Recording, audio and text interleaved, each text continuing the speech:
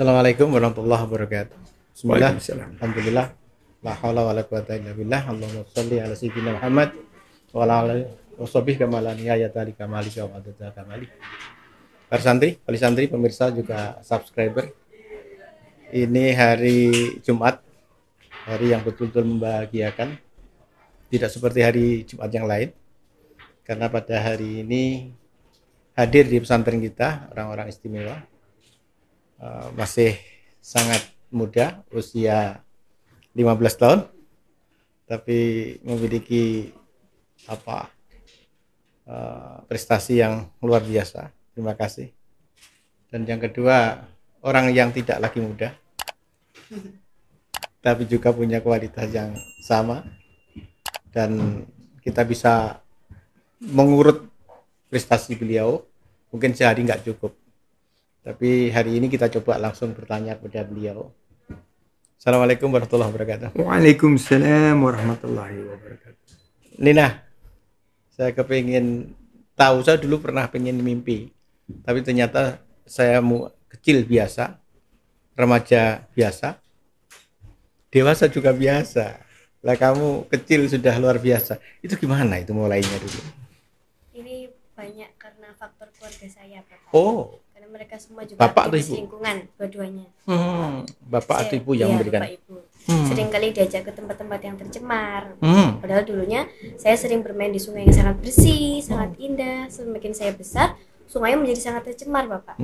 Ada industri yang membuang limbahnya ke sungai, masyarakat juga membuang sampahnya ke sungai. Pemerintah yang juga belum begitu mementingkan sungai.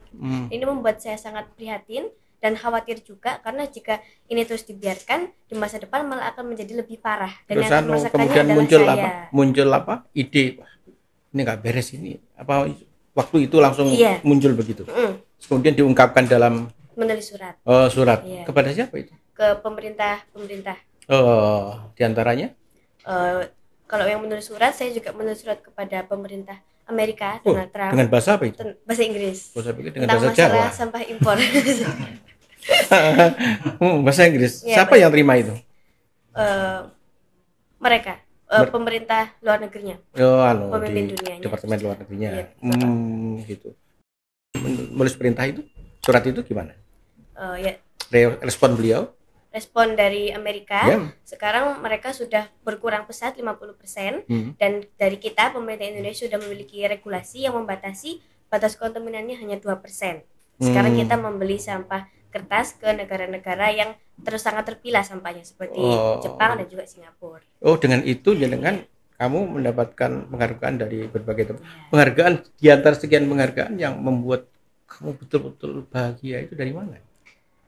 Yang membuat saya betul-betul bahagia itu dari saat saya di BNPB, Ustaz. Bapak, saya sempat mencium tangan Bapak Presiden. Presiden siapa? Bapak Presiden Jokowi. Subhanallah, ya presiden kita bersama ya, luar biasa. Pak Sandi, anak kita. Luar biasa. Dulu panjenengan juga begitu. Saya waktu seumur Mbak Nina ini usia 14 tahun, saya sangat tersentuh karena saya melihat di TV itu lumba-lumba dikumpulkan, terus dibunuh massal. Itu ada di tayangan TV. Akhirnya saya juga menulis surat waktu itu ke pemerintah luar negeri, dan dibalas waktu itu bahwa ternyata itu adalah merupakan budaya mereka. Tapi saya paling tidak mendapatkan penjelasan. Saya waktu itu juga sangat memiliki kepedulian yang tinggi terhadap lingkungan. Tapi begitu saya mendengar bahwa adik Nina ini menulis juga selain ke Donald Trump juga ke Angela Merkel, dan ditandatangani oleh teman-temannya semua, petisi, dan akhirnya menjadi masukan bagi para pemimpin dunia untuk mengurangi ekspor sampah mereka Jadi saya mengucapkan terima kasih pada Mbak Nina yang sudah mengambil inisiatif, dan saya ingin kalau bisa nanti Kemenparekraf berkolaborasi dengan Mbak Nina untuk terus menyuarakan bagaimana kita mengurangi sampah di destinasi wisata dalam program kita untuk menjadikan pariwisata Indonesia berkualitas dan berkelanjutan.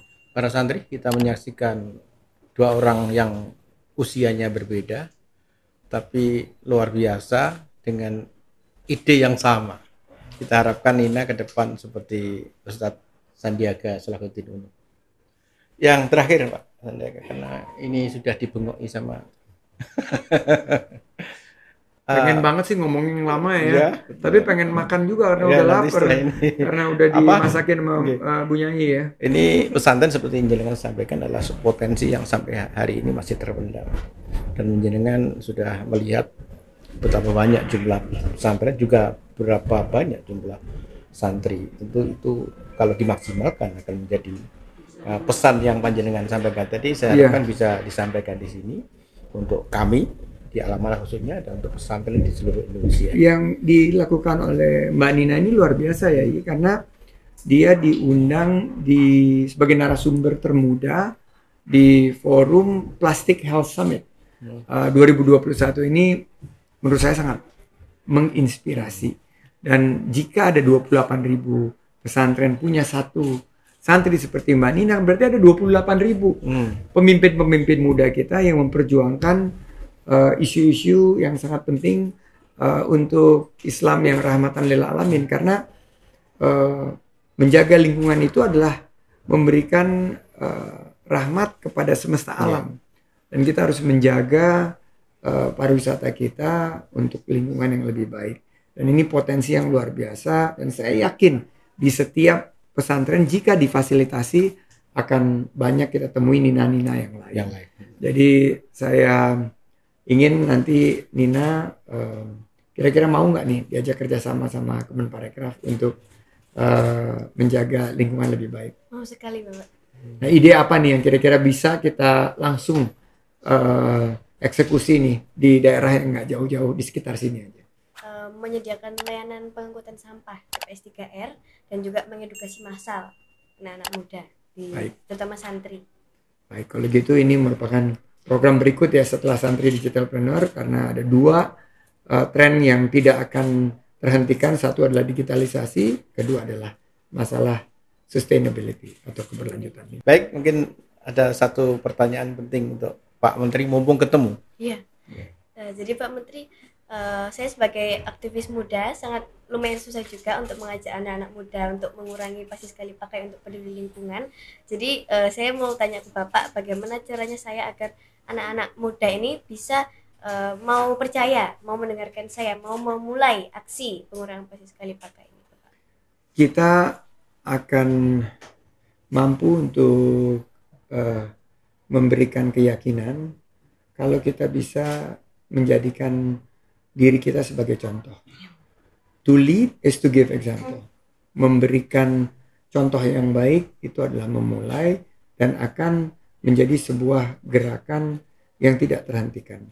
Jadi pesan saya dari konten podcast ini akan kita amplifikasi dan kita buat tim-tim kecil di setiap kabupaten kota. Ada 514, ada setiap pesantren ada total 28.000 lebih.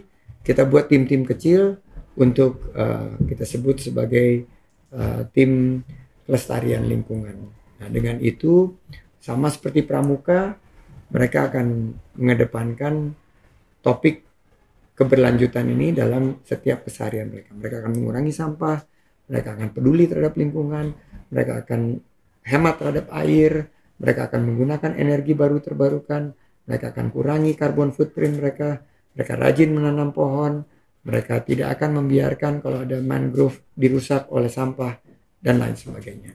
Jadi tetap menginspirasi dan berikan contoh yang baik. Terima kasih. Para santri, wali santri, pemirsa, saat saya ingin perbincangan ini diperpanjang, tapi waktu tidak mengizinkan. Kalau boleh saya mengambil kesimpulan yang pertama, pesantren adalah potensi yang sangat besar untuk Indonesia, kebangkitan Indonesia setelah mengalami situasi yang sulit karena COVID dan persoalan dunia yang luar biasa. Yang kedua, digitalisasi, kesadaran tentang arti penting digital perlu dimiliki oleh pesantren. Yang ketiga, pesantren juga perlu menempa aktivitas yang berkaitan dengan lingkungan.